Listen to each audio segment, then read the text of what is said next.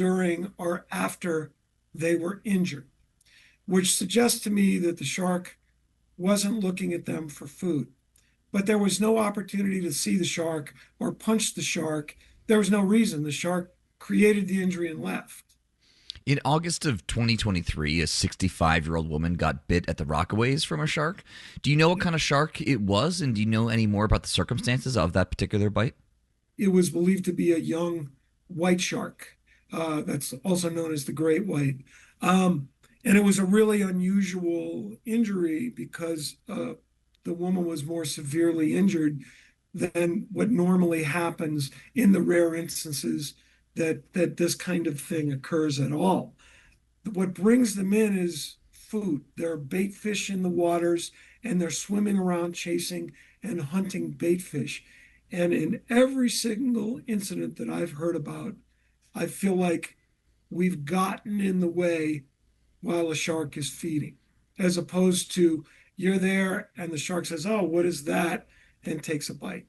And I think the injuries would be more severe if they either mistook us for food or thought we were food. How does New York State protect ocean swimmers from sharks? They've got lifeguards, of course, that protect us from everything, right? And the lifeguards are looking out for sharks. They're looking out for schools of bait fish. They have a drone program where they have drone operators that are up and they're scanning the oceans, and they're looking for sharks, and they're looking for schools of bait fish close to shore, because the state has pretty much bought into this theory that it's the bait fish coming close to shore that brings the hungry sharks in to eat, and really just avoiding the schools of bait fish is the best way to stay safe. What are other dangers of swimming in the ocean that beachgoers should be more concerned about? And do you have any other tips for them? Of course, the biggest one is drowning. Another big one that can lead to drowning is rip currents. And those are a lot more dangerous than sharks or anything else. That was Hans Walters. He's a marine biologist and curator at New York Aquarium, overseeing the aquarium shark program. Hans, thanks so much for coming on. You're welcome, Sean. Thanks for having me.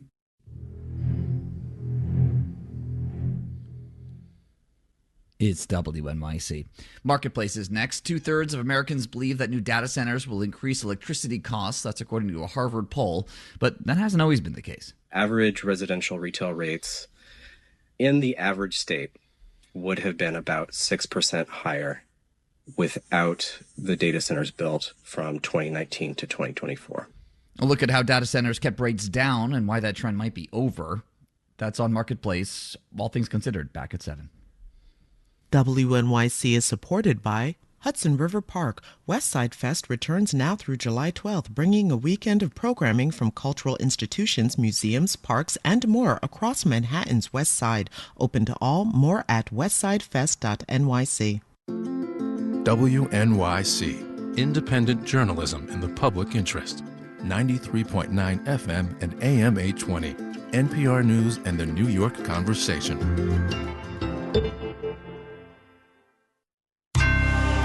Marketplace is supported by Viking, exploring the world in comfort. With a fleet of small ships, Viking offers travel experiences for the thinking person. Discover more at Viking.com.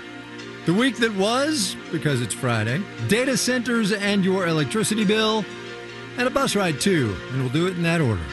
From American Public Media, this is Marketplace. Marketplace is supported by Progressive. Progressive Commercial Auto Insurance protects the cars, trucks, and vans that work to keep small businesses moving forward, including protection while running errands and other tasks. More at progressivecommercial.com. And by Solidigm, offering solid-state storage solutions optimized for AI with higher capacities, greater speed, and energy efficiency. Solidigm, AI data infrastructure built on a solid foundation. Learn more at storageforai.com. And by Fisher Investments. As a fiduciary, Fisher Investments is obligated to act in their client's interest. Learn more at fisherinvestments.com. Investing in securities involves the risk of loss. In Los Angeles, I'm Kyle Brisdall. It is Friday today, July the 10th. Good as it always is to have you along, everybody. We are, to be honest, a little squeezed today. The show's only half an hour, so we're going to dig right into that Friday thing that we do. Heather Long is at Navy Federal. David Gura is at Bloomberg. Hey, you two. Hey, Kai. Hi, Kai. David Gura, you get to go first. And it goes like this. The Fed Minutes. We had Robin Brooks from Brookings on the program on Wednesday, I guess, when the minutes came out. And Robin said something right at the end, and I had mismanaged our time, so we didn't have enough time to talk about this.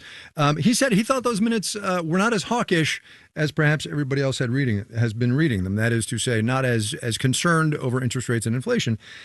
And I guess I'd like your take, because I thought they were pretty hawkish. I thought there was some sentiment there on the committee that they're not opposed to thinking about raising interest rates. I would side with you versus Robin. I mean, we look at those minutes and see that there was some division among policymakers about the approach that they wanted to take at that meeting. And of course, the headline from that last meeting was Kevin Warsh had unanimity among members of the Federal Open Market Committee. They agreed to keep the rate where it has been.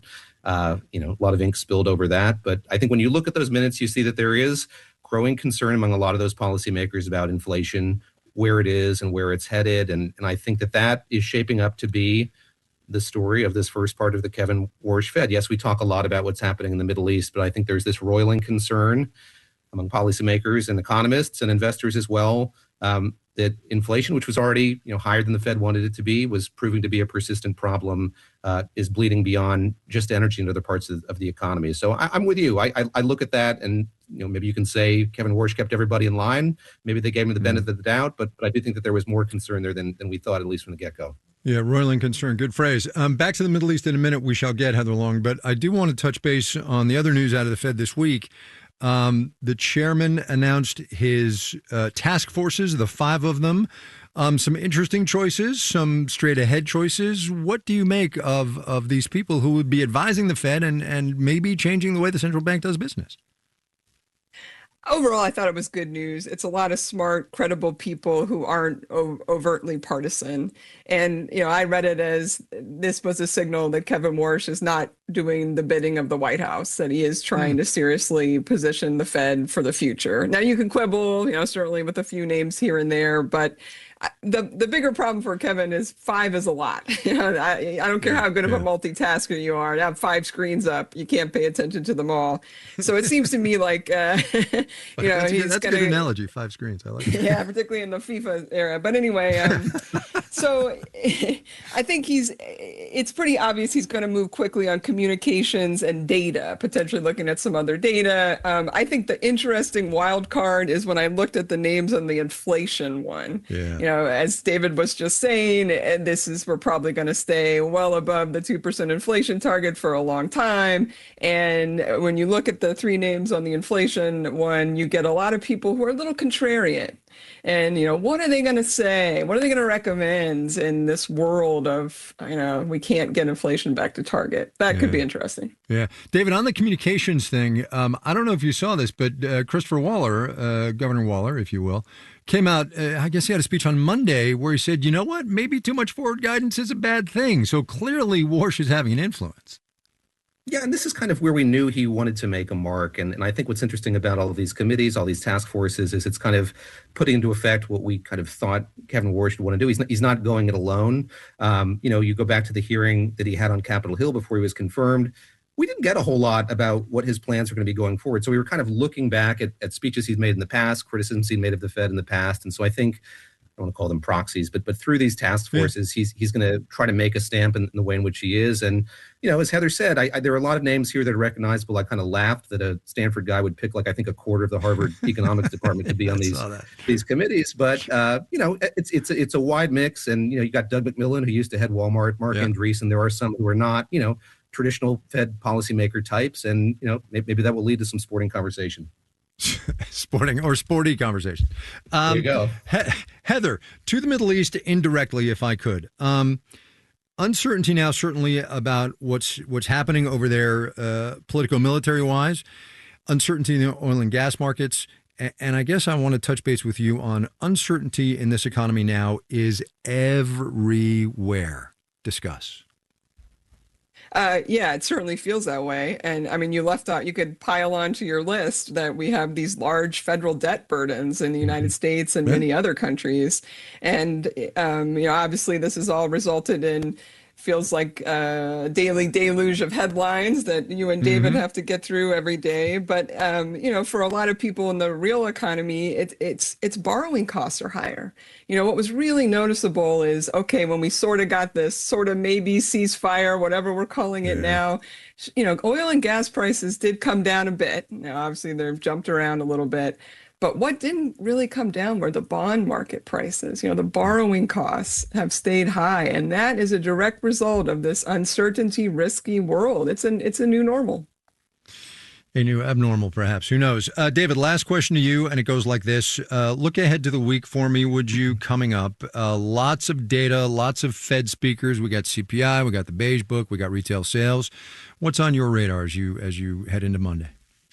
Well, I think the 14th of June is the big date. We're going to get new CPI data, so some more insight into inflation. And that's also the day on which Kevin Warsh is going to go to Capitol Hill for the first time as Fed chair to answer questions. So again, I think it's just another opportunity, one of the first opportunities we have for him to kind of lay out his plans, talk about the economy as he sees it. We got these task forces out of the way, but I think that's what I'm most interested in hearing is sort of how he sees the economy right now. A primer, by the way, on this program on Humphrey Hawkins coming up Tuesday, I think. David Gura at Bloomberg and Heather Long at Navy Federal. Thanks, you two. Thanks, Kai. Bye, Kai. Wall Street on this Friday. Ain't nothing traders like better than going out on a high note. We will have the details when we do the numbers.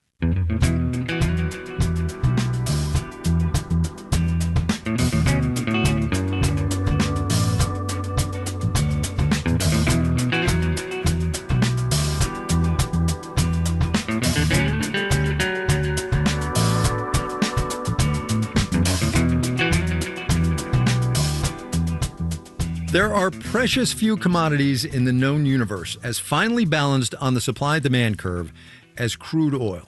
We use, give or take, 100 million barrels a day. We produce, give or take, 100 million barrels a day. But there's a whole lot that happens between the wellhead and the final user, which gets us to the prices of refined fuels, gasoline and diesel and jet fuel, that are still way up there despite crude having moderated quite a bit off its recent high.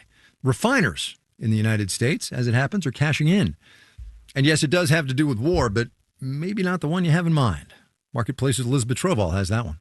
Recent Ukrainian attacks on Russian refineries are rippling through global energy markets, says Tom Kloza, energy advisor for Gulf Oil.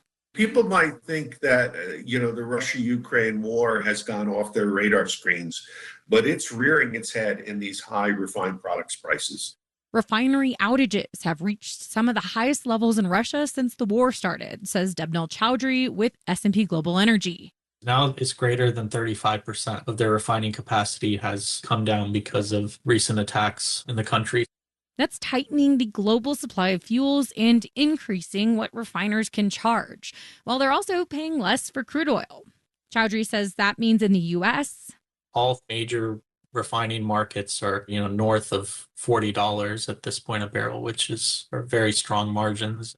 That high margin per barrel is also affected by the Iran war. There's still less refined product coming out of the Middle East. And while inventories of crude oil have helped keep those prices lower, we don't have the same buffer for refined products. The timing here also matters. Tom Sang is with Texas Christian University. We're at peak summer demand, so you can say that essentially refined products are at a premium. He says gasoline and aviation fuel demand typically drop after Labor Day, which could end the gravy train for refiners. I'm Elizabeth Troval for Marketplace.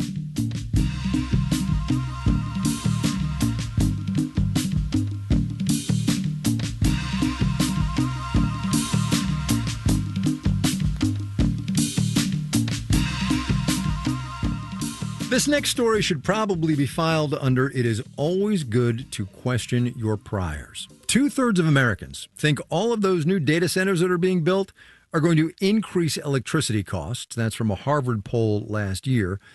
And yeah, data centers use tons of power, and electricity prices are indeed up 39% nationally over the past 5 years. That's from the Bureau of Labor Statistics. But A study from the Electric Power Research Institute, that's an independent research group funded largely, though, by the electric power industry. It shows new data centers weren't the main cause of that increase and actually put downward pressure on electricity prices for now. Marketplace's Henry Epp makes it make sense.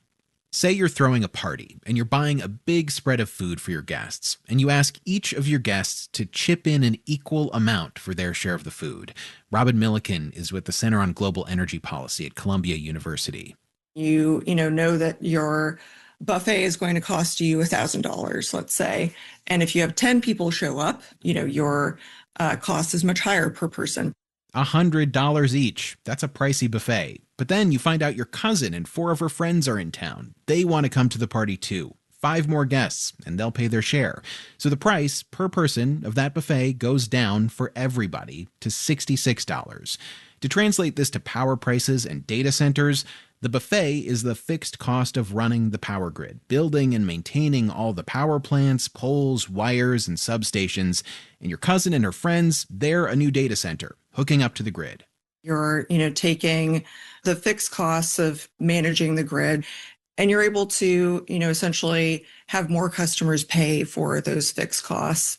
This is how data centers pushed electricity prices down in recent years, according to a study released this spring by the Electric Power Research Institute. They helped spread out those fixed costs of providing electricity, says Asa Watton, the co-author of that study. Average residential retail rates in the average state would have been about 6% higher without the data centers built from 2019 to 2024. One big caveat there, it's a national average. In certain states, adding data centers has lowered electric bills, says Ryan Ledick at the consulting firm The Brattle Group. Those states that have experienced those price decreases are states that already had room on their power grid to accommodate these new customers without needing to go out and make big investments in new infrastructure. North Dakota is a good example, he says. It had an excess supply of electricity from coal, natural gas, and wind. Bringing in large industrial customers, including data centers, lowered prices for residential customers. But in other regions that don't have much excess power supply, data centers have started to have the opposite effect. If it's a utility or a system or a market that doesn't have that headroom, then it is possible that the data center is going to drive up electricity prices. This is what's starting to happen in the Mid-Atlantic and parts of the Midwest, overseen by the grid operator PJM, Ledick says. Demand has risen quickly, and there isn't enough generation capacity that's available to keep up with that demand. Which is driving up costs for everyone. To go back to that party analogy, say the party's underway and your guests have eaten most of the food, but then another group of your friends shows up. They're hungry, so you have to go out and buy extra food for them, and all of your guests end up paying more. This is what utilities and policymakers are now grappling with as more data centers push up electricity demand. One way regulators are trying to handle this by charging data centers a higher rate for electricity. Again, Robin Milliken at Columbia. Essentially, state regulators are setting a different class of rates for data centers to have them bear the costs of things like new transmission lines, new substations that are required in order to serve their new demand. Historically, she says, big industrial customers have gotten lower electric rates to incentivize economic growth. But in many regions, that policy might not make sense anymore. I'm Henry Epp for Marketplace.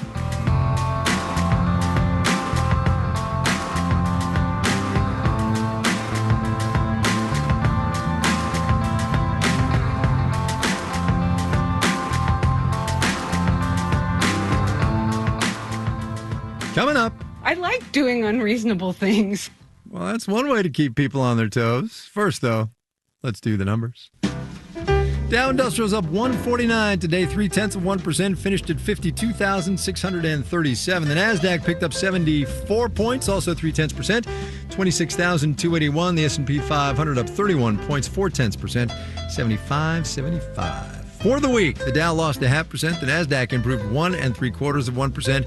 The S&P 500 grew 1 2/10%. Look out, Wall Street. Here comes Y'all Street. In Dallas today, the new Texas Stock Exchange began trading. The exchange opened with just a handful of securities, no corporate listings quite yet. What it does have, though, and this is nice to have, is millions in backing from some very big banks. JP Morgan Chase ticked up 0.2%. Charles Schwab rose 1 1/10%. Bonds fell. Yield on the 10-year T-note rose 4.55%. You're listening to Marketplace. The Numbers is supported by Intuit QuickBooks Workforce, offering HR, payroll, and more in one connected system.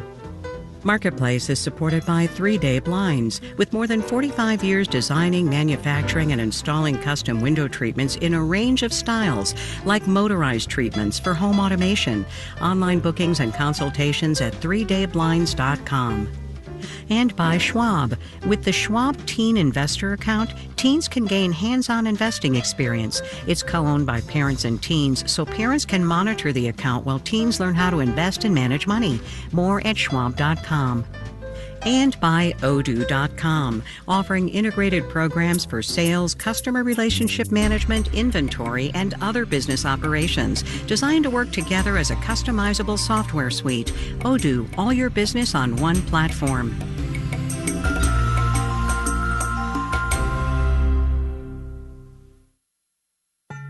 This wildfire season has already burned almost 500,000 acres, but now firefighters have a new tool to detect blazes early: AI. And sometimes it's faster than humans. We got resources there, we put it out, and we still never received one 911 call. So who knows how big that fire would have gotten. That's on the next On Point.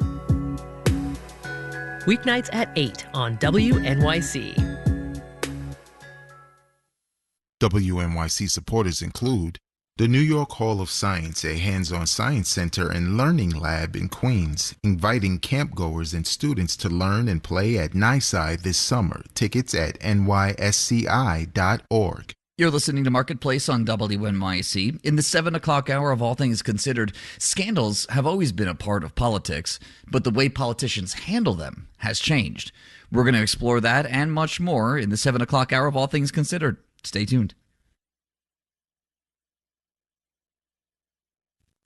This is Marketplace. I'm Kai Ryssdal. If you're still looking to book that last-minute summer getaway, I mean, good luck finding a cheap plane ticket, right? Airfares are 26% higher than they were a year ago. That's what the most recent Consumer Price Index tells us. And with the collapse of Spirit Airlines, there are indeed fewer options for budget fares. Not quite as expensive, though, is taking the bus. Jacob Passy wrote the other day about how travelers are swapping airfare for bus tickets in the Wall Street Journal. Jacob, thanks for being here. Thanks for having me. Well, let's get down to brass tacks here. Have buses replaced, to some degree, low-cost airlines? Yeah, we're definitely seeing that. Greyhound and Flixbus saw a pretty substantial uptick in demand when Spirit Airlines went under at the beginning of May. So just kind of one indication. And then I've talked to passengers who said, you know, they are taking the bus instead of flying because of cost and other concerns. It is one thing to take a bus from, you know, I don't know, Washington, D.C. to Boston. Another thing to go Boston to L.A. on a bus. So it's not all air routes that are being covered here, yeah? Correct. Yeah. You're exactly right. Folks are going to replace flights with buses when it is kind of that medium distance, just a few hundred miles. Any longer than that, and you're talking about multiple days on the bus, which I don't think many people can stomach. I agree with that. How much cheaper are we talking here? Significantly cheaper. A bus trip, depending on when you book it, can set you back less than $50. The average fare paid by riders at Our Bus, which is another inner city bus line, was $36 in May. And that's actually down from last year. So while other forms of transportation this summer have gotten more expensive, bus travel has either stayed flat or actually gotten cheaper. Wow. There is a certain, not to get all, you know, faux nostalgia about this, or maybe it's real nostalgia. I don't know. There's a certain See America part of being on a bus that you just don't get on a plane. 100%. I talked to a woman who, when she was planning a trip up the eastern seaboard, she lives in the Midwest, she chose to go by bus and train because she wanted to see the scenery, especially this summer with a lot of folks sort of celebrating America 250 and things like that. I think there is this nostalgia factor around taking a bus to see different parts of the country and actually see it along the way. You've named a couple of 3 bus companies in this, 4 minutes we've been talking. I only recognize one of them. So I wonder if there's and certainly this depends on which part of the traveling public you're appealing to, but there's a branding and advertising and marketing thing here that bus companies need to think about too. I totally agree. So obviously Greyhound is probably what most people are familiar with. And a lot of these companies are regional. And so that's another factor here. So like if you're in Florida, you might recognize a company called Red Coach. If you don't live in the Southeast, you're not going to know that company. And that is definitely a challenge for the bus industry. I think a lot of people don't think of buses immediately and also have somewhat outdated ideas of what a bus trip is like.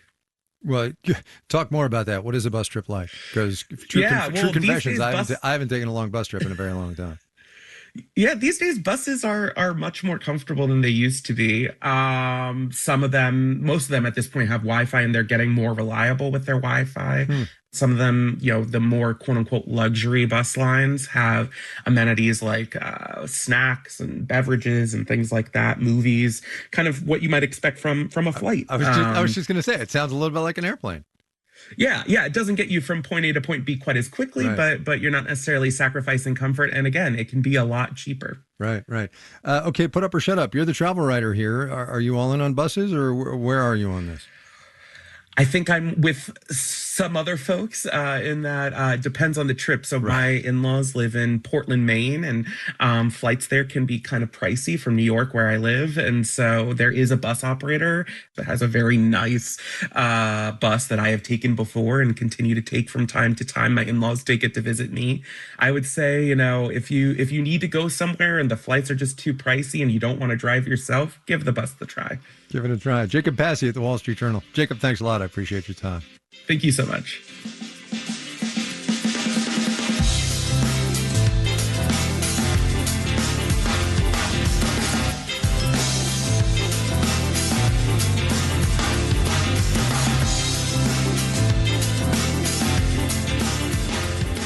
Looking ahead to the plethora of economic data we are going to get next week, let me highlight in advance, as David Gura did mere moments ago, Tuesday's Consumer Price Index, specifically the line item in Table 2 that is going to give us an update on prices for women and girls apparel. The price of women's clothing is most certainly up by recent standards, about 12% higher than 5 years ago. But it's actually down if you take a longer view, back to its peak in the 1990s. And we all know that globalization and mass production have driven clothing prices down. But just as a what if you tried to make it yourself? Or grow it, maybe? Here's today's installment of our series, My Economy. My name is Eve Schaub, and I am growing a dress in my backyard. I like big projects. I like big ideas. Myself and my husband are here in Vermont, and I said, I've always wondered what it would be like to make a garment from the very beginning. And that is where the idea came from. Last year in the spring, I planted 600 square feet of flax seeds. You wait 3 months, 90 days, pull them up by the roots. And then begins the process called retting, where you lay out all of the harvested flax stalks on your lawn, and you let it get rained on, and the stalks start to degrade, and that's what you want. But you don't want it to degrade too much, because then the fiber on the inside could be lost. Then we move on to the breaking, scutching, and hackling, which essentially removes all of that nasty outer coating that you don't need. Then you move on to the next step, which is spinning, or in my case, learning to spin. I will be weaving all of this now linen yarn into cloth, and after that I'll have to cut it up and sew my dress. One of the big things that I've learned from this project is how precious people's cloth and clothing would have been to them prior to the industrial age. This material took so much labor. Now I walk into a department store and I just see fast fashion. I don't want to participate that any more than I absolutely have to. But at the same time, I also understand we're not going to all go out and plant 600 square feet of flax in our backyard. That's not reasonable. But I like doing unreasonable things. It's part of my curious/stubborn nature. I have clothes. I don't need this dress to add to my wardrobe, but I have no doubt that when it is done, it will become the prized possession of my wardrobe because it will have so much of me in it. Eve Schaub making a dress, growing one, actually, in Paulette, Vermont. You want to see what that might look like? Instagram, YouTube, TikTok, that's where you can find her. Us too, if you're looking. And if you get a minute, do us a favor, would you tell us about your economic experiments? There's a place you can do that at marketplace.org.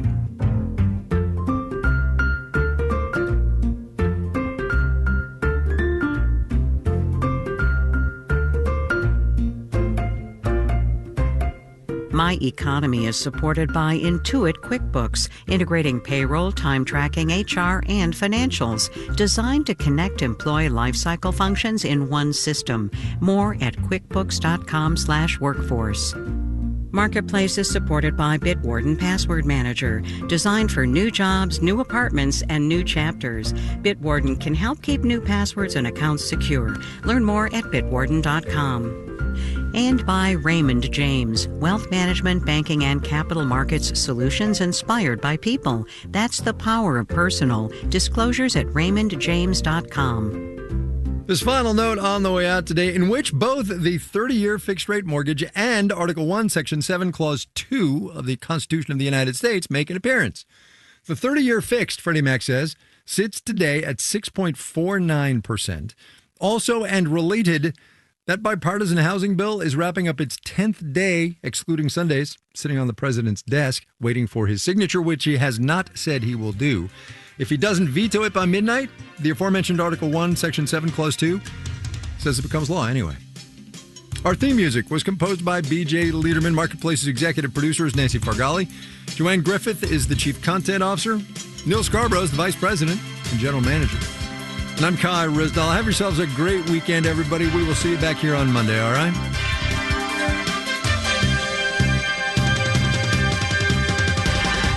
This is APM. WNYC supporters include Caramore.